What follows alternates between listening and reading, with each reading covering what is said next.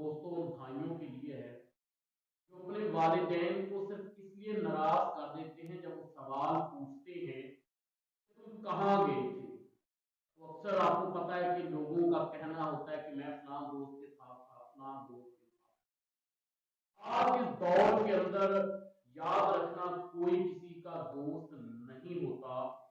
اگر کوئی دوست ہے تو وہ صرف پیسے کا دوست ہے۔ اس انسان کا سب سے بڑا دوست اس کے والدین ہے، اس کے علاوہ اس کا کوئی دوست نہیں۔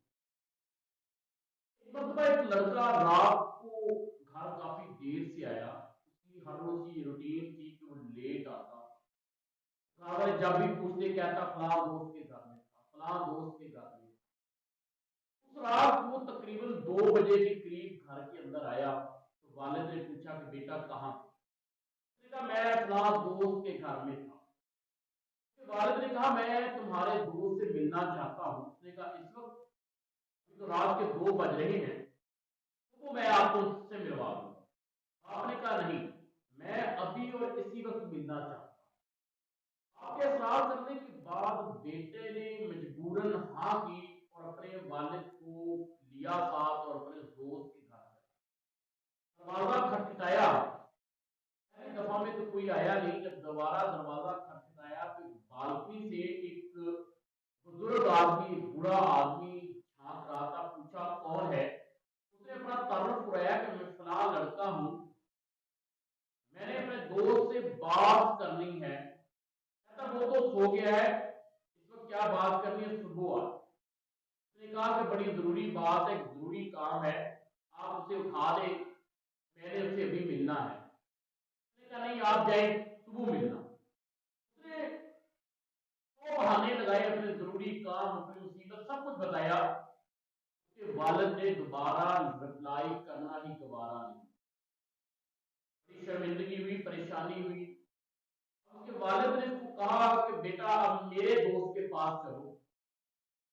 وہاں سے نکلے، سفر دور کا تھا تو تقریباً وہ فجر کے وقت ان کے گھر کے دروازے پہ پہنچے تو دروازہ کھٹکھٹایا تو اندر سے کوئی بھی آواز نہیں آئی۔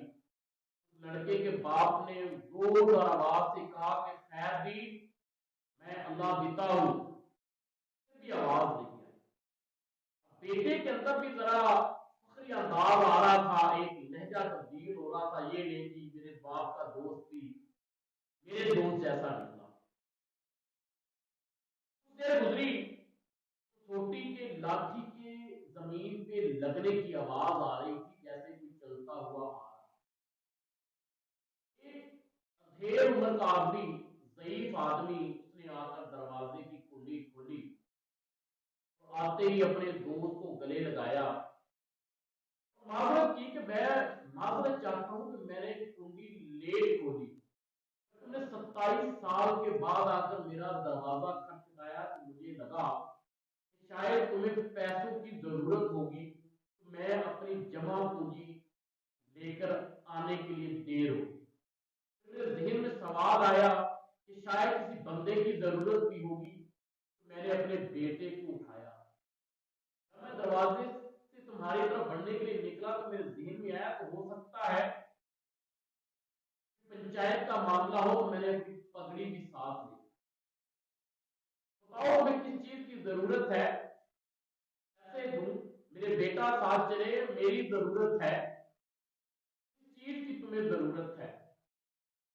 باپ نے اپنے بیٹے کو نصیحت کی جو آپ کے لیے بھی شاید فائدے مند ہو۔ بیٹا دوست وہ نہیں ہوتا جو آپ کو راتوں کو جگاتا ہے یا آپ کے ساتھ وہ گھومنے پھرنے چلا جاتا ہے۔ دوست وہ ہوتا ہے جو مصیبت کے اندر آپ کے ساتھ کھڑا رہے، جو آپ کی تکلیف میں آپ کے ساتھ کھڑا رہے، آپ کی ایک آواز کے اوپر وہ لبیک کہنے کے لیے تیار ہو۔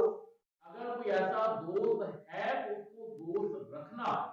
اگر آپ کی آواز میں لبیک کہنے والا دوست نہیں ہے، تکلیف، ضرورت اور مصیبت میں آپ کا ساتھ دینے والا نہیں ہے، تو یہ سمجھ لینا وہ تمہارا دوست نہیں ہے، وہ تمہارے وقت کا ضیاع ہے۔ دوستو کوشش کریں کہ باپ کے ساتھ مخلص ہو، اپنے والدین کے ساتھ جھوٹ مت بولیں، یہ نہ ہو کہ آپ کی دنیا بھی اور آخرت بھی دونوں